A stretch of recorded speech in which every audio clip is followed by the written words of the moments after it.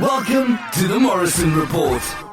Hosted by Deval Morrison, sales representative for Bosley Real Estate Limited Brokerage. Ms. Morrison has co-authored the best-selling book, Success Today, with Brian Tracy, and has been interviewed on NBC, ABC, and CBS affiliates by Bob Guinea from The Bachelor. Deval, a real estate investor, has spoken to many attendees at her real estate seminars and is currently ranked in the top 5% of agents in her brokerage. Join me in welcoming your host, Deval Morrison. Welcome to the Morrison Report. I wanted to create a podcast that would give people insights into the Toronto real estate market. You can follow me on Twitter at Deval Morrison and on Instagram as Deval Morrison. And you can like my business page on Facebook. Hi, everyone. Thank you so much for joining me today on Morrison Report. Today I have Rachel Stafford. She's the owner of Order in the House. Thank you so much for joining us today, Rachel. My pleasure, Deval. Thanks for having me. Awesome. Can you tell our listeners a little bit, what does Order in the House do? Well, Order in the House is a professional organizing, home staging, and move management company. And we specialize in managing all the details so realtors and homeowners can simply focus on selling their properties quickly and for top dollar. Awesome. That sounds good. So in the organizing front, are you literally packing people up to go? That's right. So basically, we start with helping our clients declutter and pre-pack anything that they don't need while their house is on the market. And then we can also provide staging services, whether that be we do our best to use what the client has. Right. Or we can also provide rentals as well where required. And then we help them project manage their move, packing, arranging the mover, dealing with all the logistics, and even settling into their new home. Wow. So you'd actually help them unpack on the other end. Yeah, the homeowners really benefit from a streamlined and stress-free process, right from, listing their house and to settling in. Perfect. That sounds awesome. So when you're helping people clutter or not clutter, really declutter, what are some of the things that you notice that people, I guess, have too much of or don't want to let go of? Too much of it tends to vary from person to person, but I'd say some of the common elements that people don't want to let go of are either things that were given to them as gifts or heirlooms or hand-me-downs from parents or other family members. Mm-hmm. That's a very common one. Okay. Kids' mementos of their children, artwork, old clothing, things like that is a common one that people struggle to get rid of as well. Mm-hmm. And do you notice a difference in age group so that, what people in their 30s struggle to let go of is different than what people in their 60s or 70s or 80s struggle to let go of? Yeah, actually, that's a good point. Well, we're finding that people in their 30s tend to live with less than those of other generations. So those kind of clientele were simply, there tend to be the quick, easy moves. We can pack them and unpack them in a day, generally speaking. Mm-hmm. We find that seniors who tend to either be immigrants to Canada or, survivors of a war had to live through, hard times and poverty. So they really have a hard time letting go of things. The silverware, the antique furniture, things that they tend to feel that there's a lot of value in it still, which in some cases there are, right, and want to try to find a way to sell their possessions rather than just donate them. Interesting. Wow. And now what's the longest it's taken you to pack somebody up? And sort of what was the size of the property that you had to work with? Well, we come in with various sizes of teams. So I'd say a typical job usually takes us about 2 to 3 days to declutter and then, on the preparing for sale phase, and then about the same to pack once they're ready to move. However, we did have one client, she didn't like the fact that there were too many of us there. She wanted to be able to have an eye on us at every step of the process. Uh-oh. So, which is fine. We can work with clients to whatever their preferences are, but she could only have 2 of us there at a time. So that took us actually months. We kind of, being that, going with that method, we plugged away a few days a week, for about a month or two to help her declutter. She had a lot of stuff. Wow. What would you say there, I guess, sort of the tips are for the average person just to sort of take note in their own home of things that they might want to get rid of? I guess, do you have any rules of thumb of things that people should get rid of and not have in their homes? I always say to focus on keeping only the items you need or love. So what I mean by that, need, obviously the functional items that we have, our kitchen utensils, our clothing, that kind of thing. Right. Love for our accessories, any artwork or those kind of tchotchkes you have around the house. You should love them. They should bring you joy. Right. Now, what's that book? There's that book. Is it Mary something or other? Yeah, you know what Marie I'm talking Kondo. That's it. Yes. Yes, the art of decluttering. I have it right here. Hang on. The life-changing magic of tidying up was her second one. Yeah. So this is your nighttime reading then? Well, it was all the rage in our industry for a while there, so I had to keep up. That's funny. Because I think in her book, they say some of those things that you're mentioning about you have to love the items to keep them, right? That's right. She does go by that philosophy for sure. Interesting. And do you think there's a seasonality to clutter in terms of winter, summer? Do you think that, for example, I guess sometimes I look at my clothing in the closet and I think, okay, well, if I haven't looked at it or worn it in 6 months, I should get rid of it.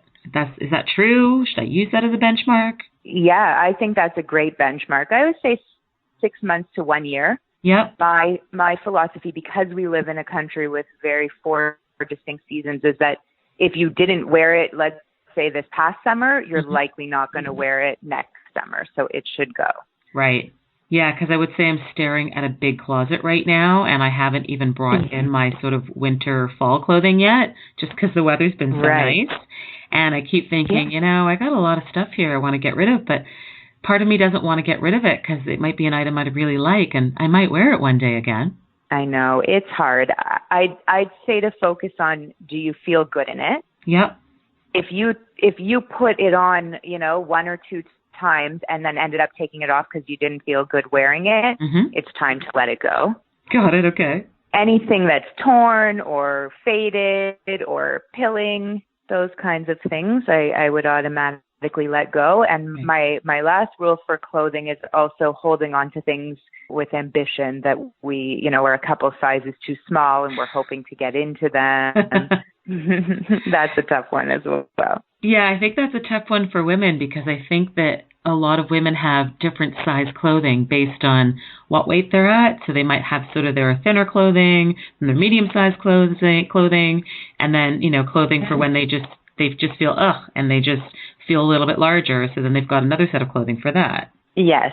And I know I'm a woman and I have the same. And I always think to myself, okay, if it's one size too small and I'm eating healthy and I'm working on losing a few pounds, then fine. But, that favorite pair of jeans of mine that I wore in my 20s, it was time to let it go for me. And I suggest the same to my clients.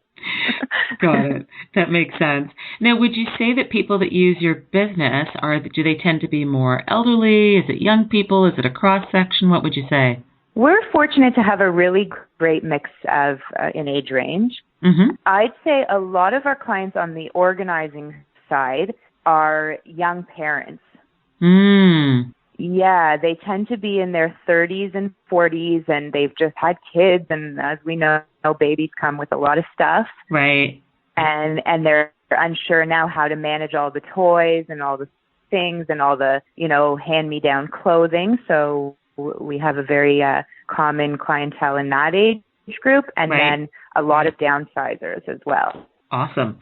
And so are there any sort of tough situations that you've had to dealt with? Like, do you deal with any hoarders? We don't specialize in working with hoarders. We've had a couple inquiries, and I do refer them to colleagues that specialize in that field. Yep.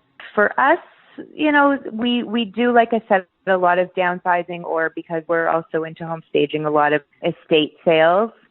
So We deal with a lot of losses, deaths in the family, illness. I think that's probably our biggest day-to-day challenge.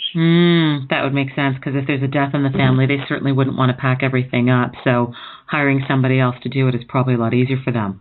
That's right. And we help through the process to make the decisions and, get things done as quickly as we can. And you just have to be sensitive and empathetic through it all. Right. Geez. And are those sort of the toughest situations that you've had to work with when there's a death? Is that sort of what you would say is sort of the toughest, or? Yeah, I would say so. Moving is actually rated the third most notorious cause of stress, and it's after death and divorce. Wow. And then we factor in that in our industry, a lot of the time people are moving due to those factors. So wow. So there's a lot of, each client and each situation is very, very unique. And people often joke with me that I'm kind of like a therapist. And that's one of the things that I love about my job, being able to be there for clients during these transitional times. Right. Yeah, absolutely. That definitely sounds pretty tough for sure. Yeah. Definitely. And have you ever gotten any sort of panic calls like, help, I need you now? Yes. And, well, in real estate, everybody wants everything yesterday. Right, of course. Absolutely. So don't we all? We get that a lot just in general. Yeah. When do you want the property staged? Oh, by tomorrow. Have there ever been any difficult clients to work with? Like difficult from the people that you're packing up? Well, yes. I mean, I guess in every line of work, we always come across interesting people. We're very fortunate. My team and I talk about this actually a lot, that the majority of our clientele are just a pleasure. But yeah, we've had a couple of difficult people.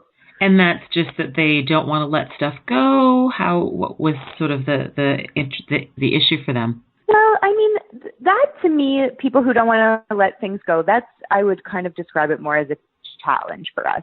There's no judgment, and we're there, and we want to support our clients through the process. When I say difficult, I don't know that I'd get into details, but just, sure.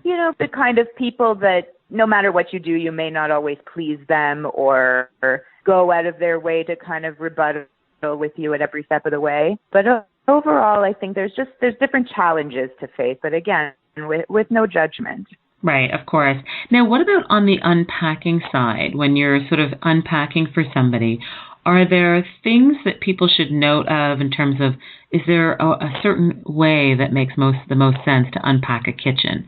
Is there a certain way that makes the most sense to unpack a living room? Are there any tips there? Absolutely. So I use the term prime real estate a lot. Okay. So, you can appreciate that in the sense of where a home is in the city. Right. For us, let's use the kitchen as an example. So if you use your cutlery, your glasses, and your dishware daily, those kinds of things should be in the most accessible drawers and cabinets. Where let's say your pots and pans should be next, and those small appliances or gadgets that you may only use once in a while should be up in the higher shelves or lower cabinets. Interesting. I hadn't really thought of it that way, but yeah, that makes a lot of sense. Yeah, so it's all about convenience and accessibility. And so what would you say for the living room? Are there certain tips about unpacking the living room? Living room, I'd say, when it comes to furniture placement, you want to ensure that you're creating a comfortable conversation area. I would say, again, you want to keep your living rooms, the clutter to a minimum, and have things around you that you enjoy, that if you're going to be hanging artwork or displaying things on your shelves in your living room, you would want it to feel good for you. That makes sense.